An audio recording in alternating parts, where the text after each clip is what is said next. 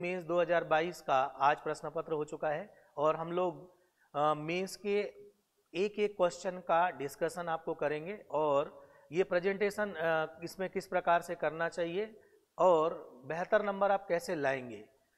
जो लोग मेंस लिख रहे हैं और जो लोग आगे मेंस लिखेंगे उन लोगों के लिए एक मार्गदर्शन का ये काम करेगा। और आज अभी जो हमने थोड़ी देर पहले कहा था आप लोगों से कि अभी ये श्रृंखला हमारी चालू हो चुकी है। इसमें अभी हम जेट स्ट्रीम क्या है स्पष्ट कीजिए, ऐसा 5 नंबर का प्रश्न आया था। अब देखिएगा कि आप लोगों को यहाँ पर दिया गया था कि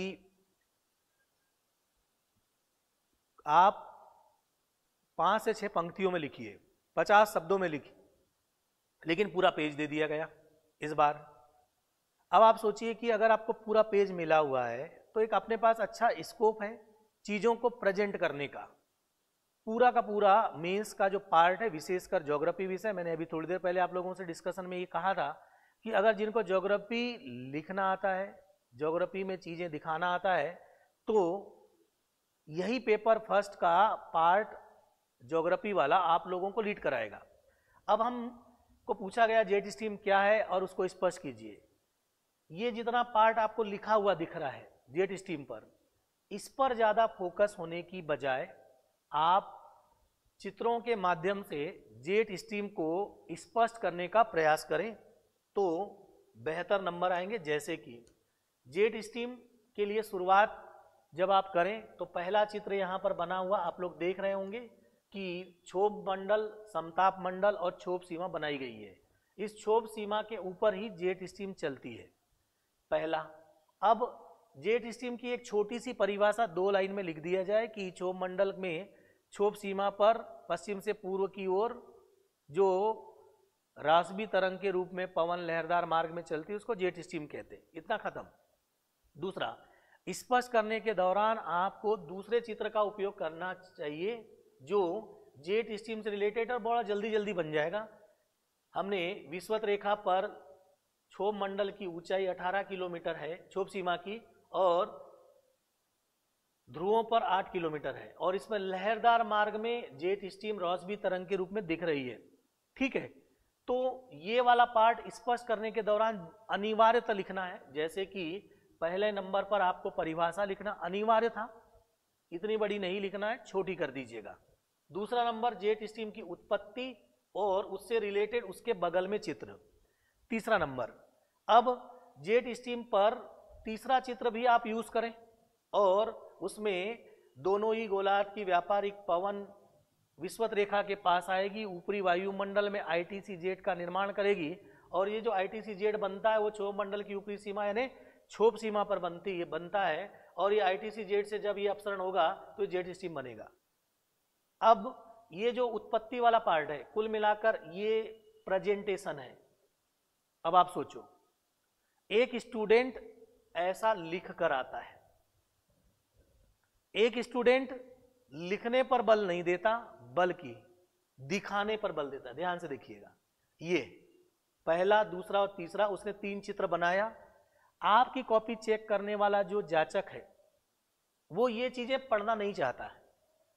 अगर आप इसमें 2-2 लाइनों को भी लिख देते हैं और ये चित्र जो प्रेजेंटेशन का है ये अगर आपने बना दिया तो वो न केवल इस प्रश्न को देखकर खुश होगा बल्कि आने वाले प्रश्नों में अगर आप थोड़ा कमजोर भी लिखेंगे तो भी आपको नंबर मिलेगा।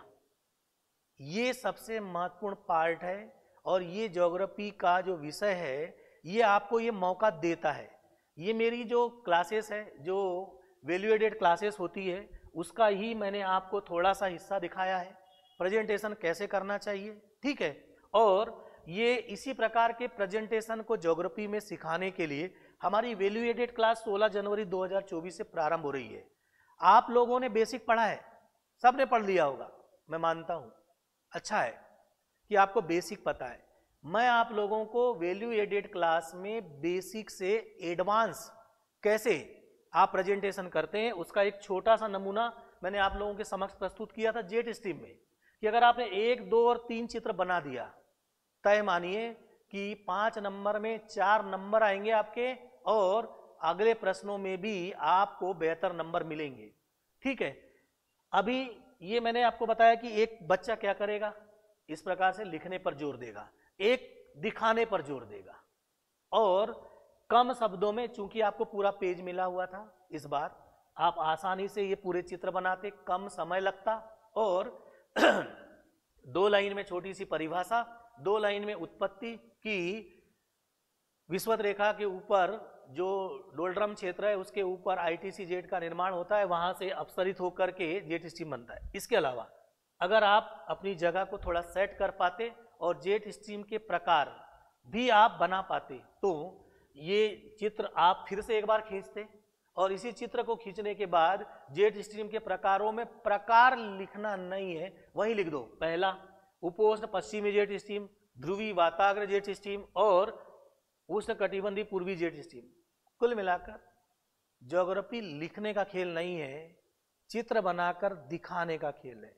लेकिन इस लेवल पर, एडवांस लेवल पर आपको प्रेजेंटेशन सीखना पड़ेगा, तब आप जाकर के रैंक लाओगे। मैं बात कर रहा हूं रैंक कैसे लाएंगे मेंस में, इस पर फोकस करिएगा। और इसी को आधार बनाते हुए हमारी, मैंने कहा था आप लोगों से कि वैल्यू एडेड क्लास 16 जनवरी से प्रारंभ हो गई है, इसको मौके को मत चूकिएगा। 4 बजे से क्लास प्रारंभ हो रही है, कम से कम 2 दिन आप हमारे साथ आकर जुड़िए, देखिए किस प्रकार से वैल्यू ऐड करते, उसका थोड़ा सा नमूना दिखाया।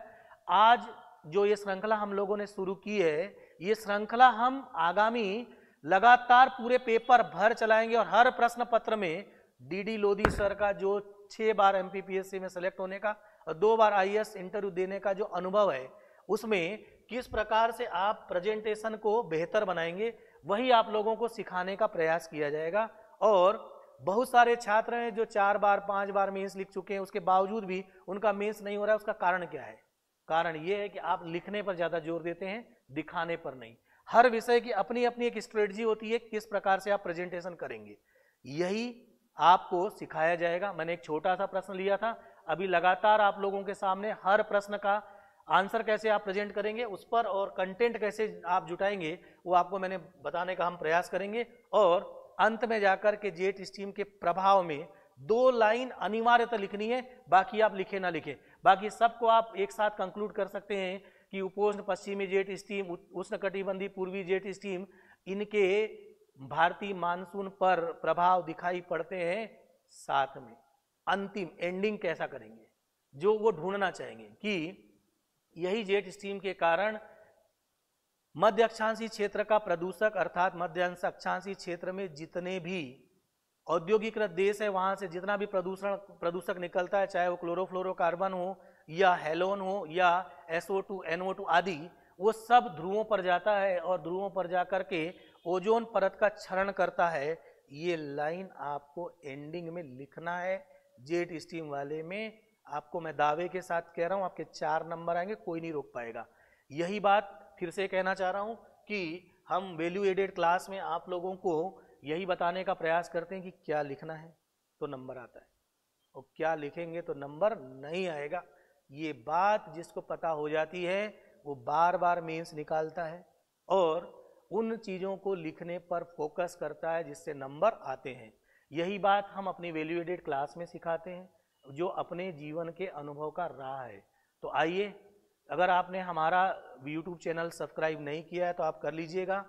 आपको बहुत सारी वैल्यूबल जानकारी आपके जीवन में क्रांतिकारी बदलाव करने के लिए मिलेगी, और हो सकता है कि आपके दोस्त तक, आपके जो लोग हैं, जो परिचित हैं, उनके पास ये जानकारी नहीं पहुंची है, तो उनके तक भी पहुंचाने का प्रयास करिए, ताकि वो भी एमपीपीएससी में रैंक के साथ सिलेक्ट होकर के अपने बहुत सारे लोगों को बहुत सारी सुविधाएं उपलब्ध करा पाए। तो छोटा सा वीडियो था, अगले वीडियो में फिर हम अगले क्वेश्चन के साथ आएंगे। लगातार हमारा डिस्कशन चालू है जब तक कि पूरा प्रश्न पत्र हम ये इस बार का 2022 का मेंस का डिस्कस नहीं कर देंगे, आप लोगों को मिलता रहेगा। और 16 जनवरी से आप लोगों के पास एक विशेष मार्गदर्शन के साथ फिर आप हमारे साथ आएंगे। जब आप हमारी स्ट्रेटजी समझ जाएंगे तो आपके लिए एक और बेहतर चीज़ें होगी कि आप अपनी रणनीति में बदलाव कर पाएंगे। जिस ढर्रे पर आप पढ़ रहे हैं, लिख रहे हैं, सिलेक्शन नहीं हो रहा है, बदलाव तो करना पड़ेगा। ठीक है, तो मिलते हैं शॉर्ट ब्रेक के बाद। नमस्कार।